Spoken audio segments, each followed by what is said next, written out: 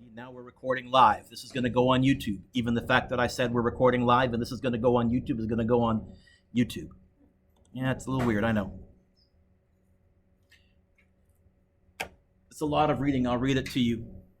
If in some cataclysm all scientific knowledge were to be destroyed, and only one sentence could be passed on to the next generation of humans, the ones that were emerging from the caves and the dust, which statement could contain the most information in the fewest words? I believe that it is the atomic hypothesis, or the atomic fact, or whatever you want to call it, that, quote, all things are made of atoms, little particles that move around in perpetual motion, attracting each other when they are a little distance apart, but repelling upon being squeezed into one another. In that one sentence, you will see an enormous amount of information about the world if just a little imagination and thinking are applied. That's a quote from Richard Feynman, a physicist who won a Nobel Prize. There is an argument that this idea that everything is made out of atoms may be the single most important aha moment of all of humanity. You can make that argument. You learned last year that everything is made out of atoms, but you also learned last year that there are three smaller things inside of an atom. Does anybody remember any of the subatomic particles that you learned that were inside an atom? Jaden? That's actually smaller than the subatomic particles, and we're going to temporarily pretend they don't exist because we didn't know they existed until about the 1940s. But yes, you are right. That's actually one step even smaller, and there's also perhaps maybe something even smaller than a quark, but we haven't proved it yet. What were you going to say? No? You sure? Mistakes are inspected. This is how we learn. Yes.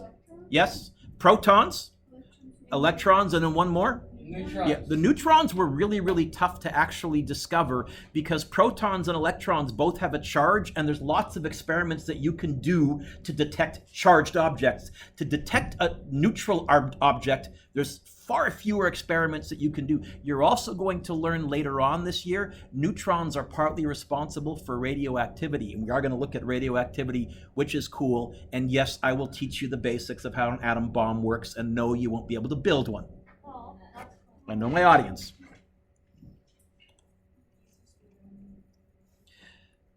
So I wrote here, pause the PowerPoint while we review some Science 9. I think I have this in your notes, so here we go. We're going to start to write stuff down. The atom is the smallest. Powerhouse is what you learned about the mitochondria last year. It's the smallest particle of an element that remains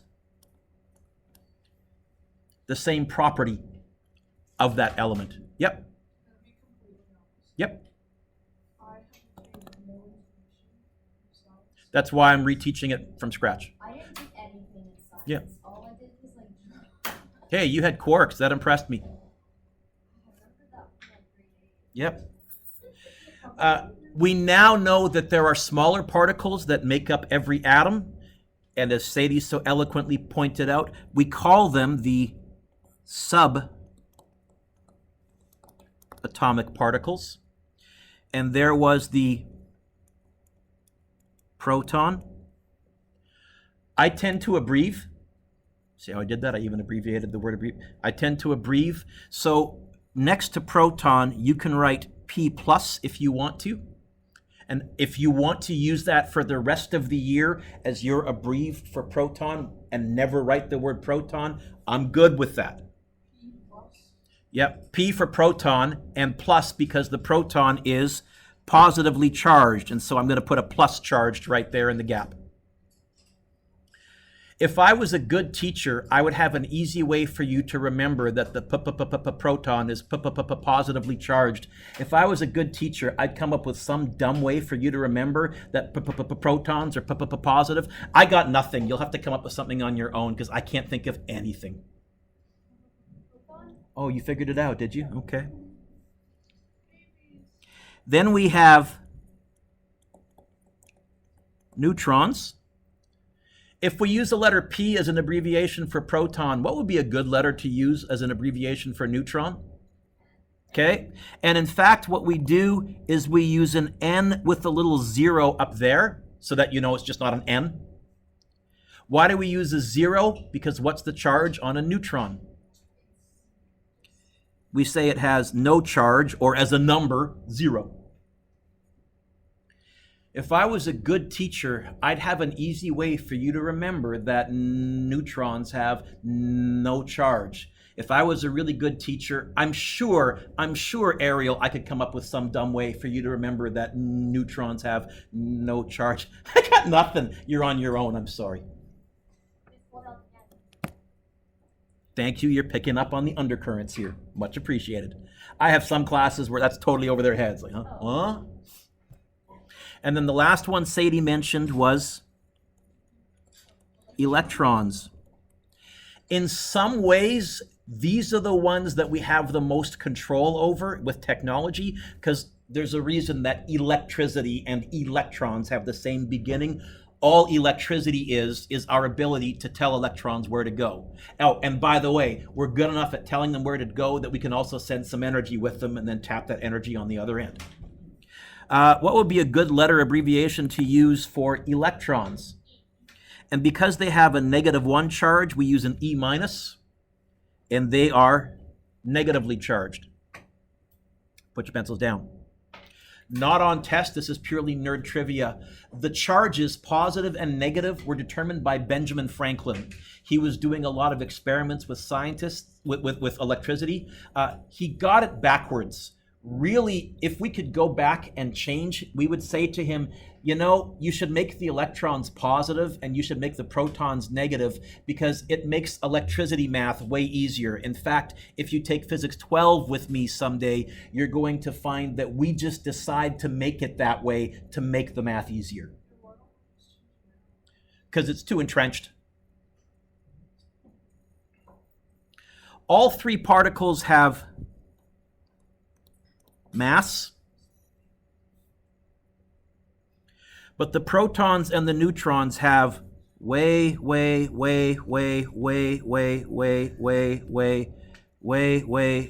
more mass than an electron.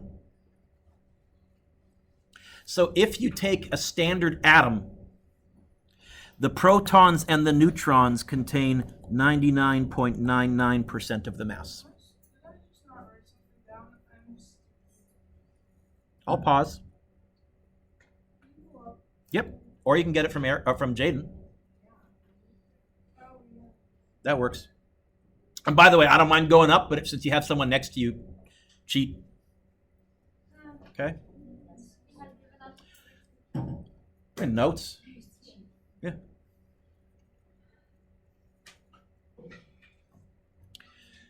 Then we have something called electric charge. So electric charge, you learn in Science 9 in theory, comes in two types, positive and negative.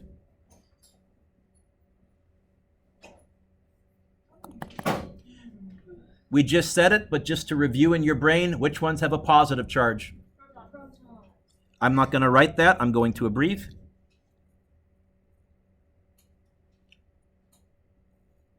Which ones have a negative charge? I'm going to abbreviate.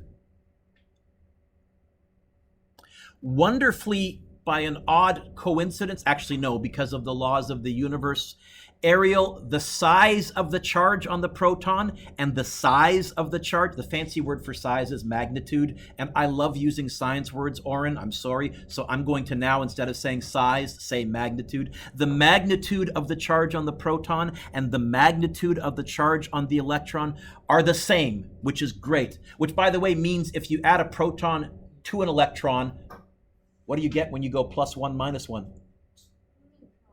If that's a neutron is formed usually inside stars when a proton and an electron are squeezed together under pressures beyond what your brain can comprehend.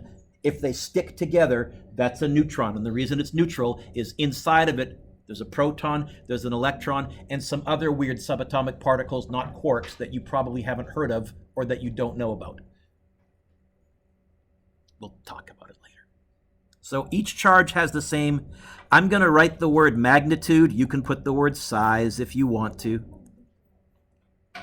Could you, yeah, let's get the doors now.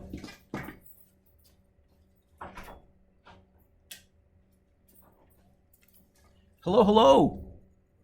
Gonna pause for 1 second. So, if you add 1 plus 1, Zach, you get, sorry, if you add 1 plus negative 1, you get, I picked you because 0 starts with a Z. See how wasn't that nice? Huh? Hey? No? Nothing? Okay. So if you add 1 proton to 1 electron, you get a charge of 0. And the fancy word for a charge of 0 starts with the letter N. Neutral, which is why neutrons are called neutrons. That's the noun of neutral.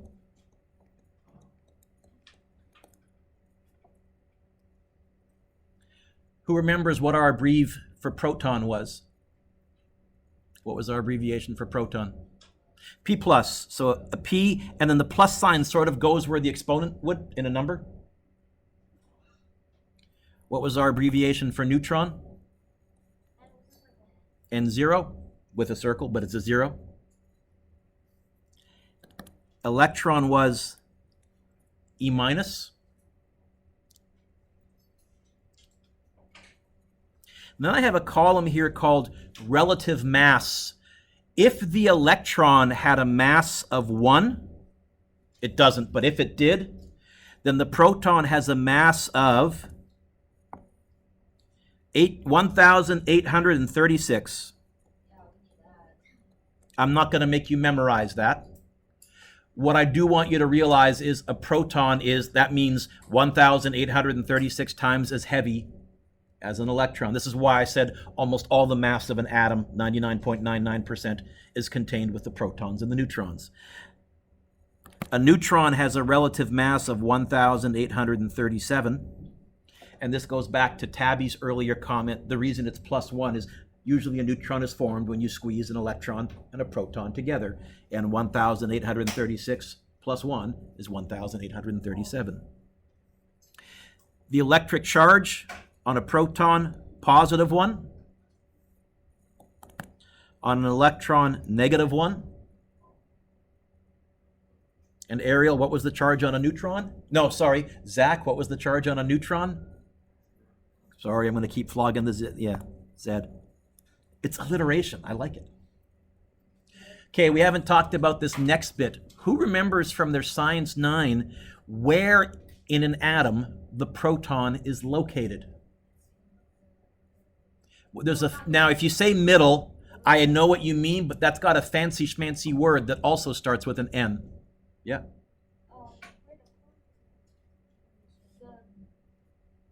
I know you got it. It's here. I can tell. It's a nucleus, which, yes, is why we call it nuclear science. When you're doing nuclear science, you're mucking around with the nucleus. Okay, there's not a coincidence. So this is inside the nucleus. If you don't remember where the nucleus is, you can put underneath there if you want to, Nick, middle. I like the way it's spelled. Oh my god. My last teacher pronounced it Nucleus. I'm like, what? There's different accents in different countries that pronounce it differently. What about the neutrons? Where are they located? They're also. Yep.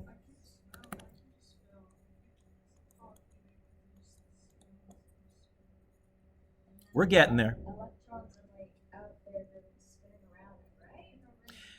Yeah. Right and not right. We're going to, as a model, pretend that they're out there and spinning because that explains a lot. Electrons, Jaden, are weirder than weird. If you ask me what's an electron, I can tell you here's what it's not. It's not a tiny little dot that moves around the outside of a nucleus. That model, it's called the Bohr model. We're going to be talking about that. It explains a lot, and it's a good model. The best explanation I can give you for what an electron is, it's the answer to a 2-page long mathematical equation. Honestly, that's the best answer because electrons are weird. Let me give you an example. We know how big a proton is. We know the diameter of a proton. We know how big a neutron is. We know the diameter of a neutron. We don't think electrons possess size. Yeah, What the heck is that? It's not that we don't know how big they are. We don't think that size is a thing for them.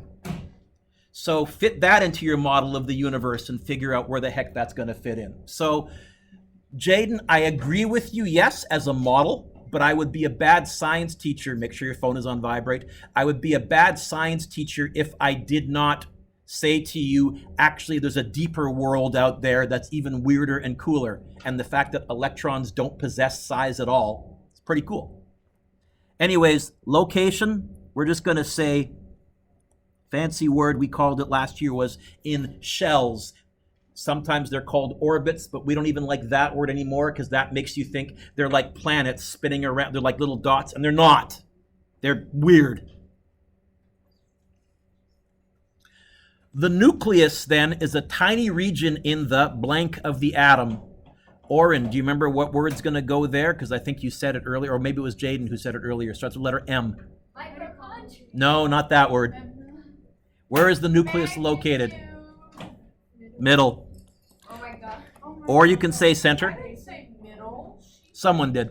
Yeah, my brain couldn't remember. I'm not a woman. Sound like one. Oh, okay. People, take it outside at 3 o'clock, Bonson Park. If I'm not there, start without me. Okay. But not in the classroom. The nucleus is really, really, really, really, really, really small. It's mind-bogglingly small compared to the rest of the atom. If an atom was the size of a large football stadium, the nucleus is about the size of a grape. Okay? The nucleus is always positively charged, since that's where the protons are.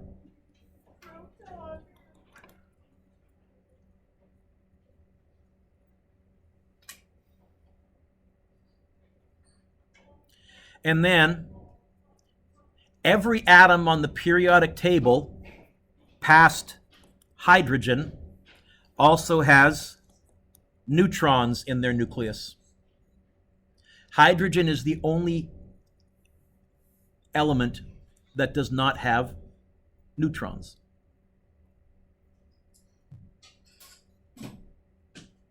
Actually, that's a fib. Helium. Put an E next to the H. Helium doesn't have neutrons either. Lithium does.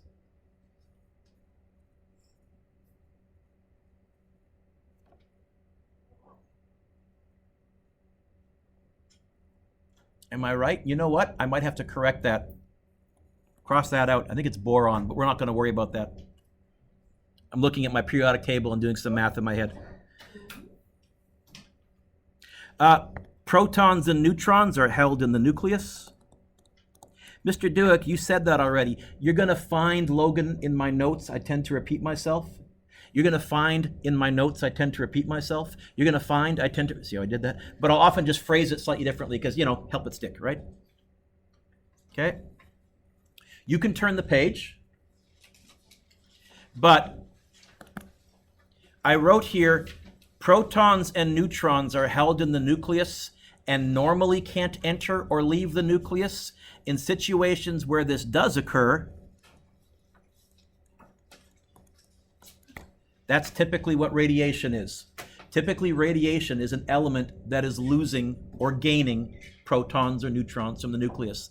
Doesn't happen on the first few rows of the periodic table because those are really stable, but when you get way down in the periodic table, well, here be dragons and weird stuff happens.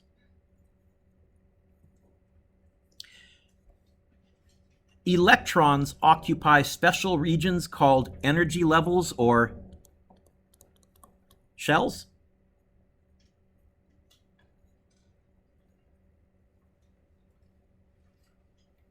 And the region that they occupy accounts for 99.999% of the volume of an atom. The electrons make up almost all of the volume of an atom with their shells. The neutron takes up almost no space, but the neutron has almost all the mass. What that means is neutrons are very dense. They're very, very concentrated mass.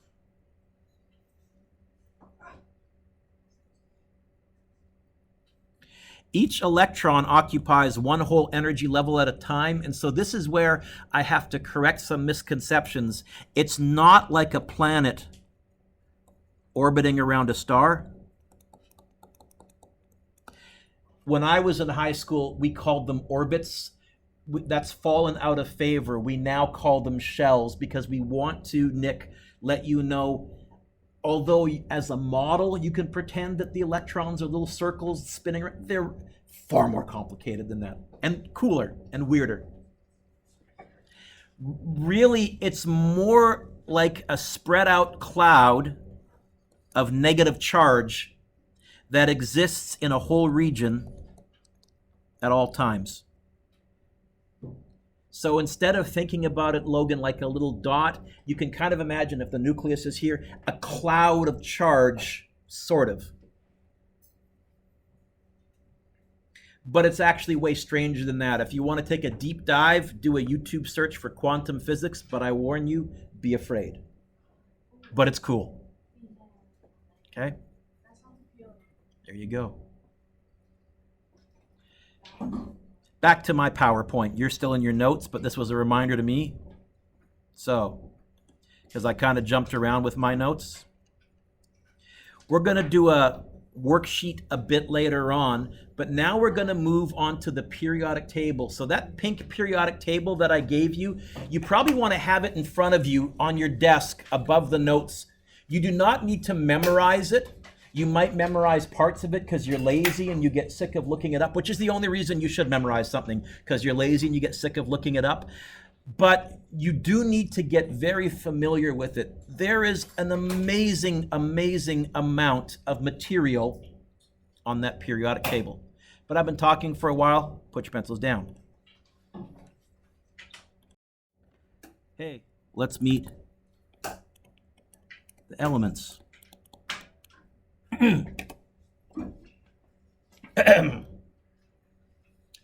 A, B, C, D, E, F, keep going, G, keep going,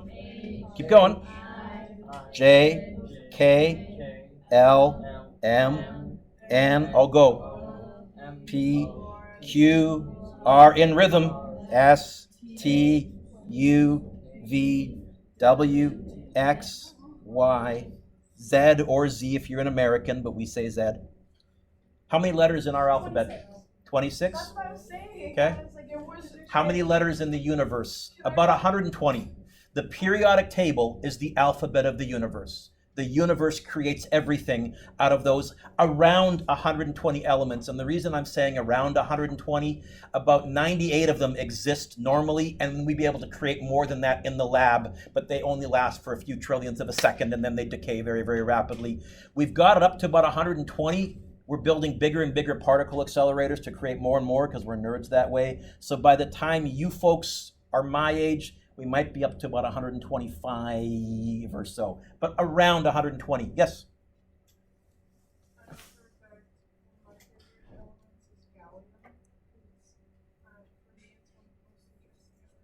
Why? There's something you can get called a disappearing spoon. You can get a spoon made of gallium.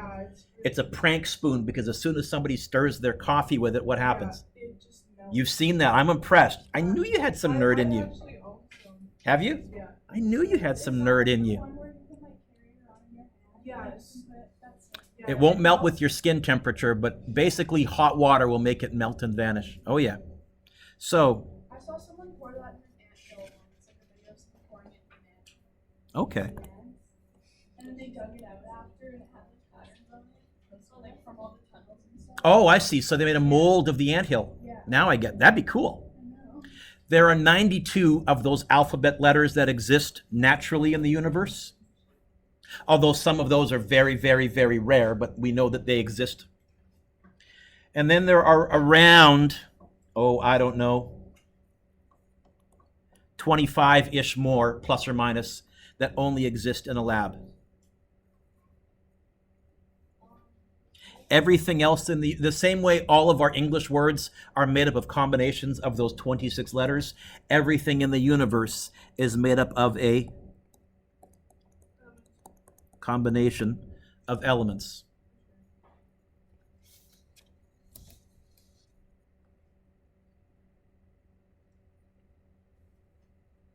I have a periodic table back there.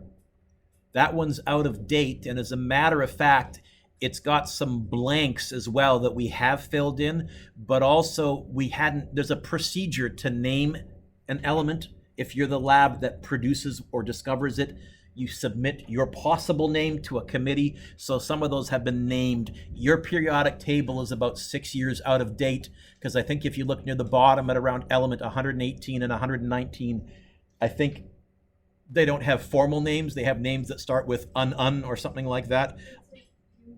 Un means one. So un one, and then novium 119, or septium 117. They're placeholders because the committee was deciding who to name those elements after. They're all uns. Yep. Those have been named. All elements are represented by a 1 or 2 letter symbol, except those placeholders, but those aren't actual names.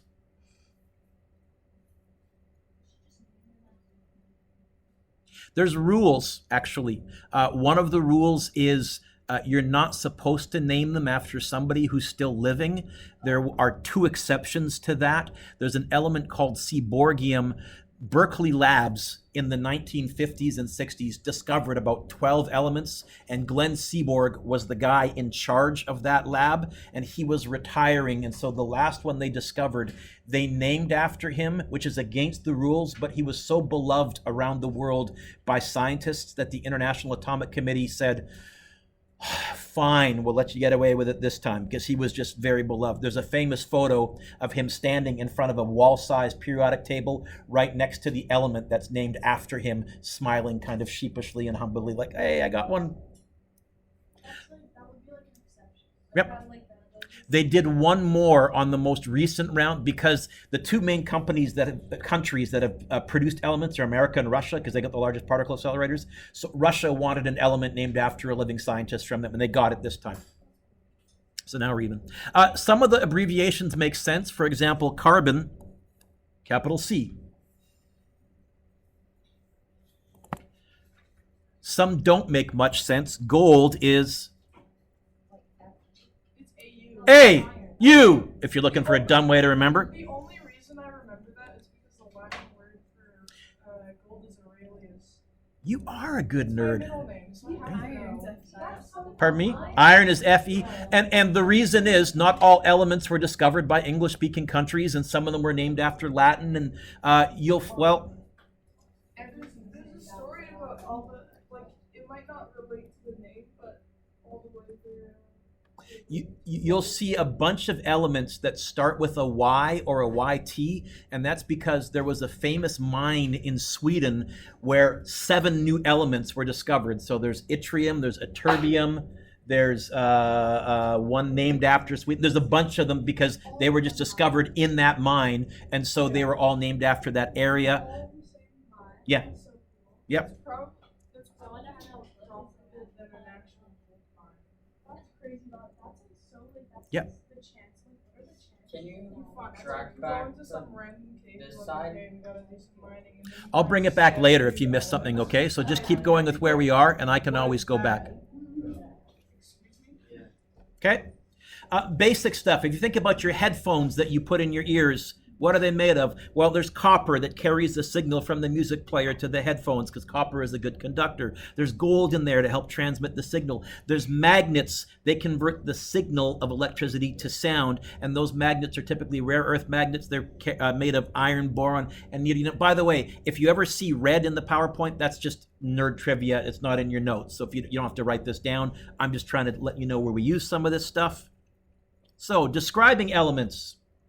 There are 3 main groups. There are the metals, that's most of them.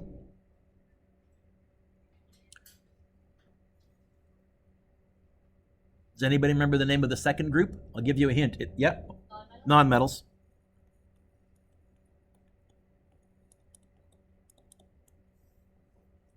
Yep. That's actually part of the nonmetals, and that's a special family, so I'm impressed you remembered that. The third one is kind of weird. So does anybody remember on your periodic table which side are the metals on? Yep. If you want to, you can write left next to there. The nonmetals are on the right. But then, and this was tricky to photocopy, I hope you can see a thick black staircase a little ways over from the right side on your periodic table. There's kind of, those right there are what we call the metalloids. And these are elements that behave a little bit like metals and a little bit like nonmetals. And in fact, sometimes we can make them behave like metals or nonmetals. Silicone is one of them. We call silicone a semiconductor because we can make it conduct electricity when we want to, and we can make it block electricity when we want to. And that there is responsible for all of computers, all of the technology in your smartphones.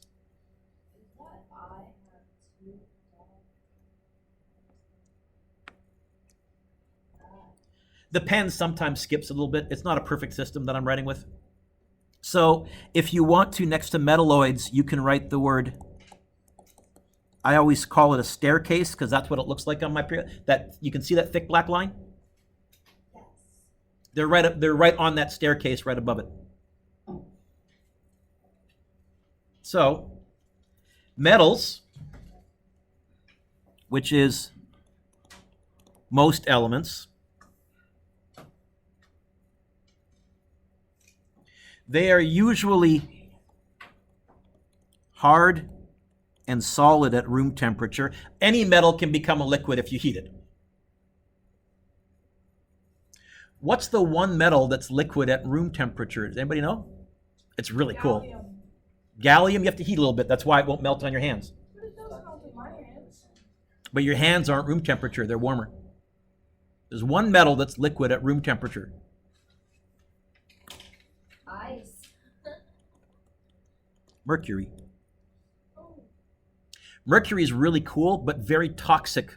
We didn't know that for a long time. So back when I was in high school, you could actually pour mercury into your hand and play with it, but we didn't know it was giving off toxic fumes, and the fumes bind with receptors in your brain, and there's no way to get rid of that. You may have heard the expression mad as a hatter from back in the days, and that's because hat makers in the 1800s were, the felt that they were using was preserved in mercury, and so they were breathing the fumes without realizing it, and so it was damaging their brain, doing brain damage. So don't play around with mercury. If you have a mercury thermometer and it breaks, there's a procedure for cleaning it up. Don't just say, oh, I'll wipe it up with a rag and rinse it into the sink. Do a Google search for how to clean up spilled mercury.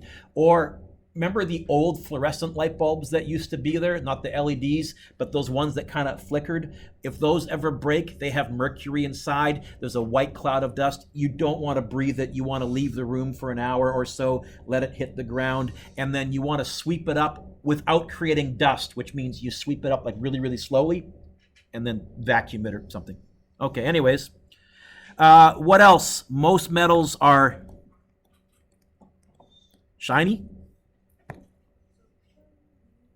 Yes. All of you are thinking that song if you've seen Moana. And metals conduct, what word goes there? Electricity.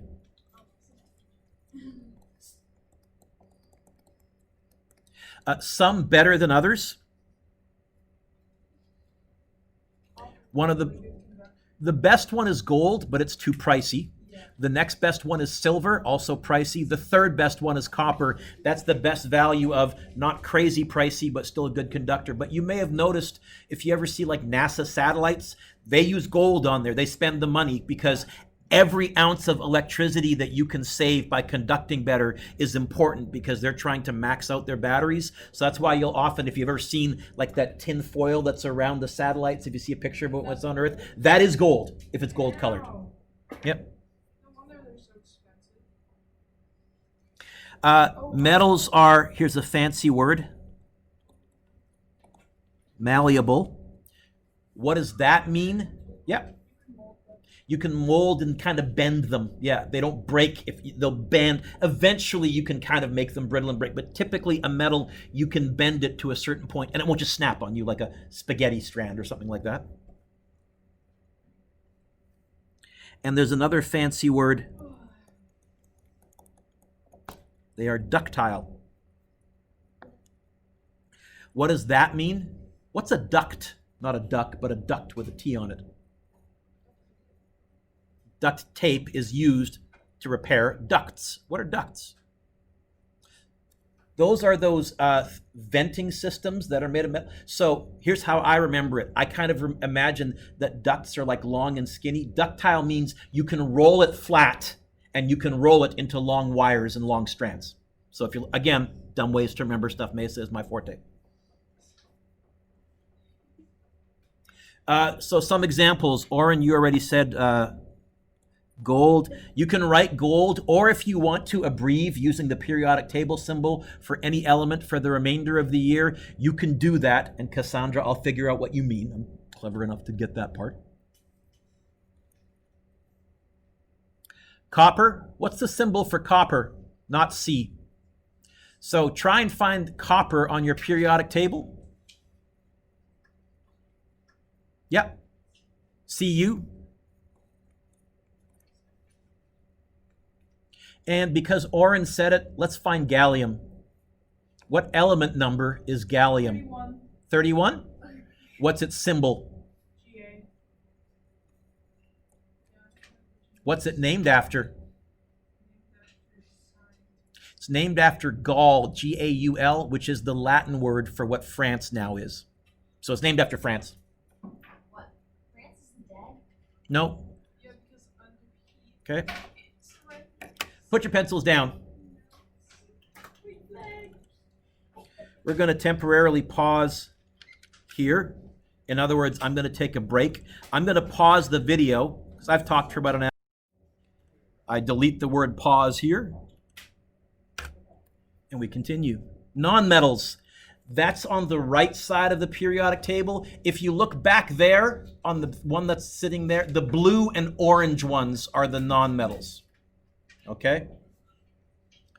So, nonmetals, only a few of the elements, relatively.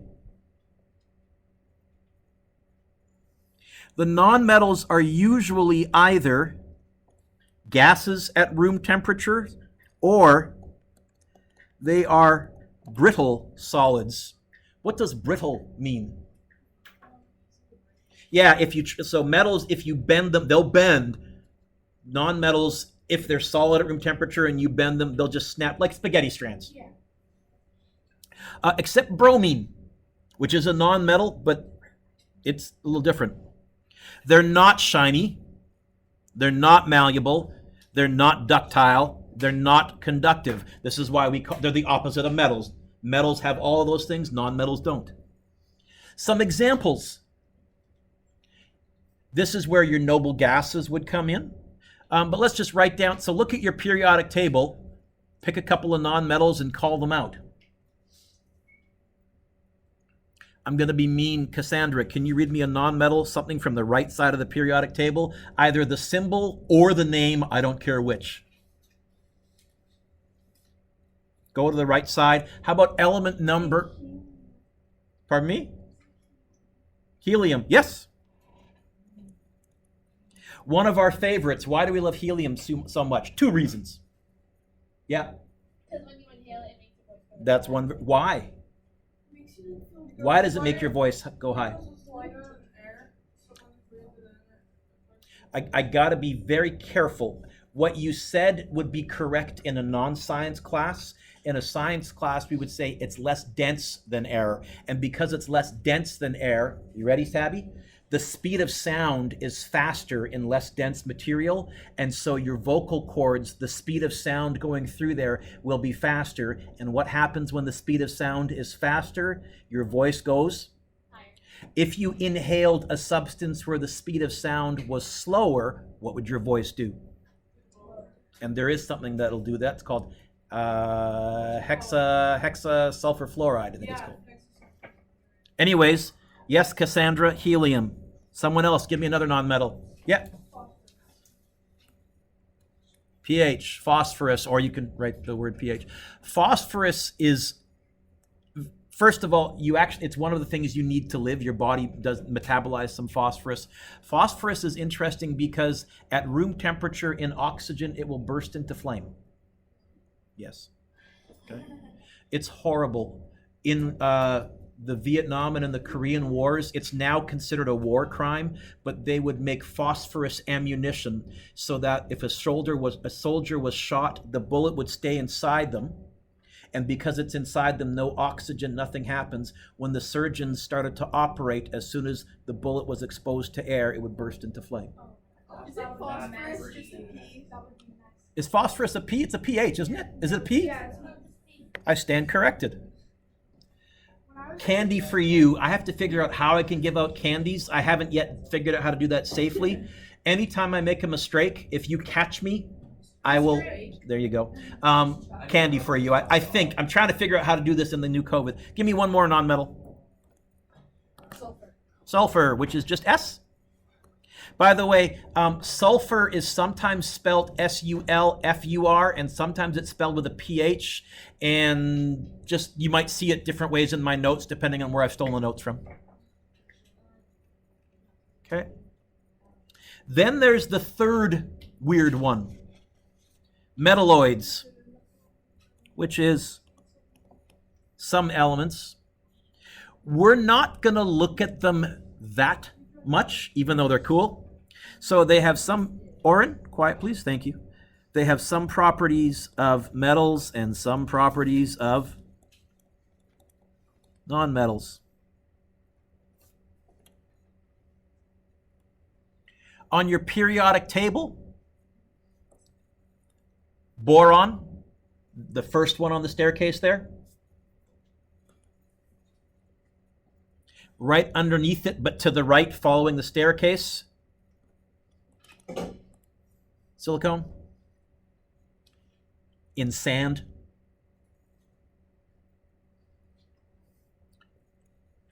Is it AR or AS? Arsenic, poison.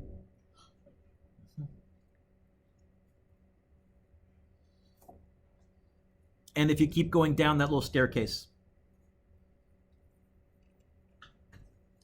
So the staircase isn't quite perfect because on this level, the one right next to it is also a metalloid and also a metalloid, but I'm not going to be that fussy. Basically, if you follow the staircase, you know those are metalloids. And then metals, nonmetals. Hydrogen is a little bit weird because it can behave like a metal and it can behave like a nonmetal, which is why I think you have hydrogen on both sides. Do you not? It depends on a few other things, whether it's an ion, whether it's not, whether we forced a neutron into it. Anyways, hydrogen is special.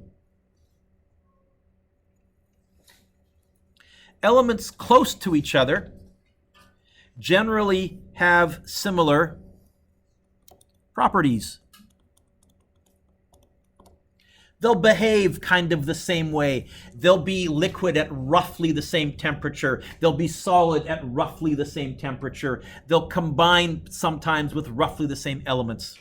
And by the way, the reason I keep saying roughly is as soon as you go down to about the 5th row of the periodic table, everything changes. That's why if you really look closely, Mesa, you might notice that there's that bottom 2 rows at the bottom of your page, which is supposed to fit in the middle up there. It just gets weird as you go further down, but we're going to stay in the top 4 rows or so. Those that are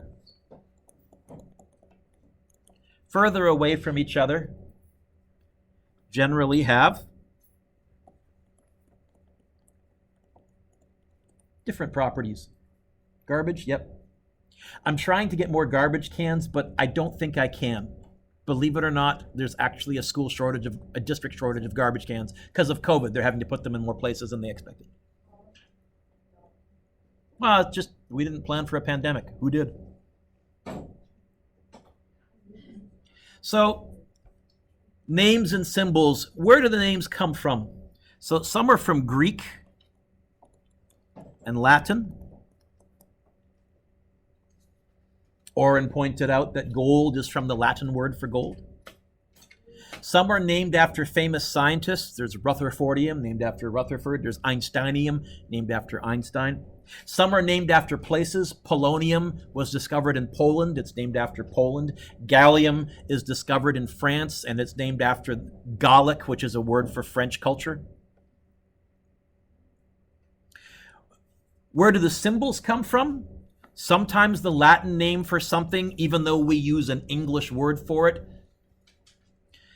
I wrote here, see page 44 for a list. That was from Science 9. You can cross that out. If I included that in your notes, I apologize. So we're not doing that. Mercury is cool. Is it turn the page? So turn the page. Mercury is the only metal that is liquid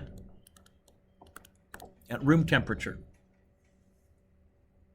This doesn't make it really that different from any other metals because all of them are liquid at some temperature, Nick, just at heat. But mercury is the one that's liquid at a temperature that we're comfortable at. It's very, very toxic. We weren't careful in the 1940s and 50s. Zach, you gonna make it? Because that head's getting lower and lower. You awake? Okay. We weren't careful in the 1940s, 50s, and 60s. We dumped a lot of mercury into the environment, and it's ended up in the oceans. All of you have far more mercury in your system than your grandparents did, because right now we have no known technology to get it out of you when it enters your body, and especially if you're a seafood lover, there's a lot of mercury in the oceans, and all fish now have absorbed some of it. And so if you eat a lot of seafood, this is why they'll advise pregnant ladies not to have a lot of seafood while they're pregnant. It's we don't have the technology to deal with it. We screwed up. Chicken nowadays. Okay? Sorry. Liquid elemental mercury is not that toxic, but the gas it gives off is. You would have problems if you ate it. That's the expression mad as a hatter that I talked about. Long-term environmental exposure to mercury is much more problematic. So it can lead to problems with your central nervous system, as well as developmental problems in fetuses or young children. And right now, this is non-reversible. We don't have the technology to change that. Probably never will because of the way mercury doesn't bind chemically with other objects. Typically, if I'm trying to get it out of you, I have to get it to bind to something else. Mercury is a little fussy that way. It's very dense. This is why earlier when Oren said light and I corrected you, it's very dense. Oren, put the phone away face down. You're not that important.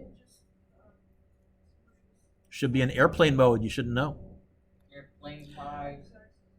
It's dense enough that here is a picture of a person sitting on liquid mercury, and rather than sink like water, he's floating on it, and you can see he's floating on it almost like he's sitting on a solid surface.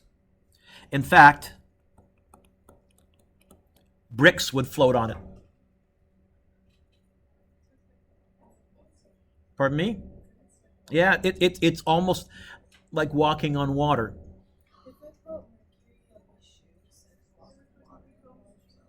No, because the water itself is not very dense. So here, I'll replace, if you put a brick on your shoes and then walked on water, would that work?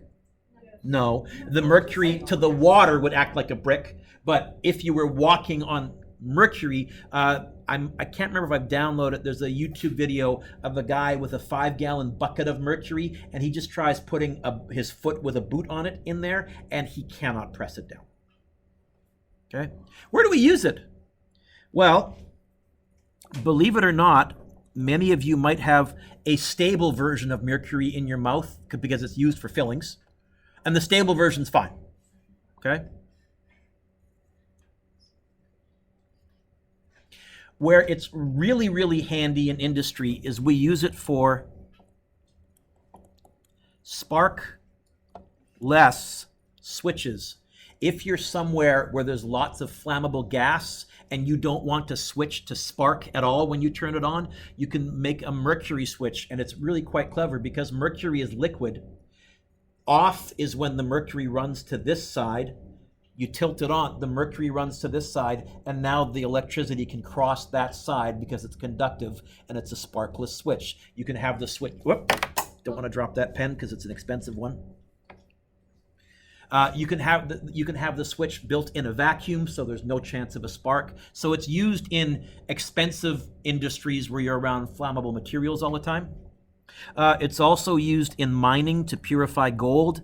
This is why there's a lot of it that ended up in the environment, and then it ended up in the groundwater, and then it ended up in the ocean. We're smarter now, but in the 1930s, 40s, 50s, and 60s, we weren't too environmentally conscious. Mining. Pardon me? I don't think they were very conscious for anything back then. No, well, I think it was more, they didn't realize how big the human population would get, and they were thinking, I mean, the ocean's so huge, we'll never be able to pollute that. Well, if there's only 1 billion people at that time, probably not. 6 billion people, we're putting a lot more stuff out there.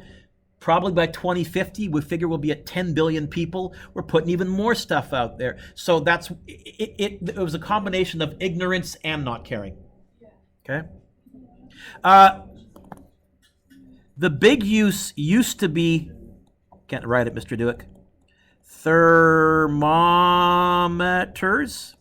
Did I spell that right?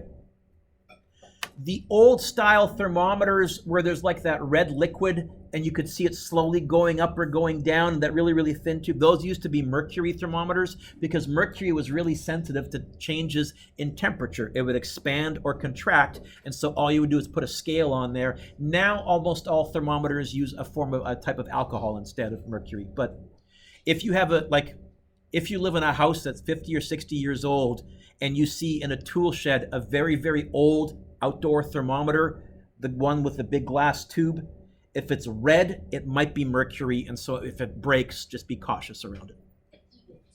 Do not. Put your pencils down, look up.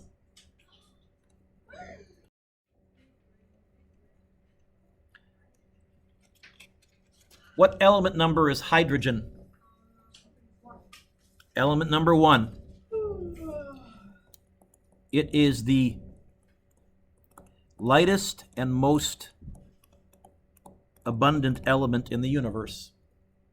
When the Big Bang happened, almost everything became hydrogen. Space is cool. It's very reactive. So it's rarely found all by itself in its elemental form. It's almost always found as part of a compound. Water being a good example. What does the H2O, what does the H stand for in water? It's hydrogen and oxygen. Okay? Hydrogen gas is very, very flammable. And in fact, it was one of the fuels for the space shuttle main engine used during takeoff. How many of you have seen a video of the space shuttle taking off? Okay? Because imagine it.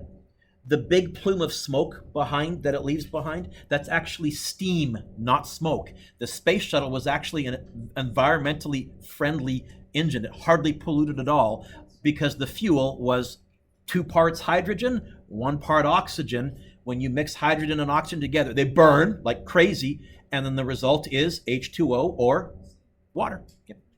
Miss Clean. No, that's not. Put your pencils down.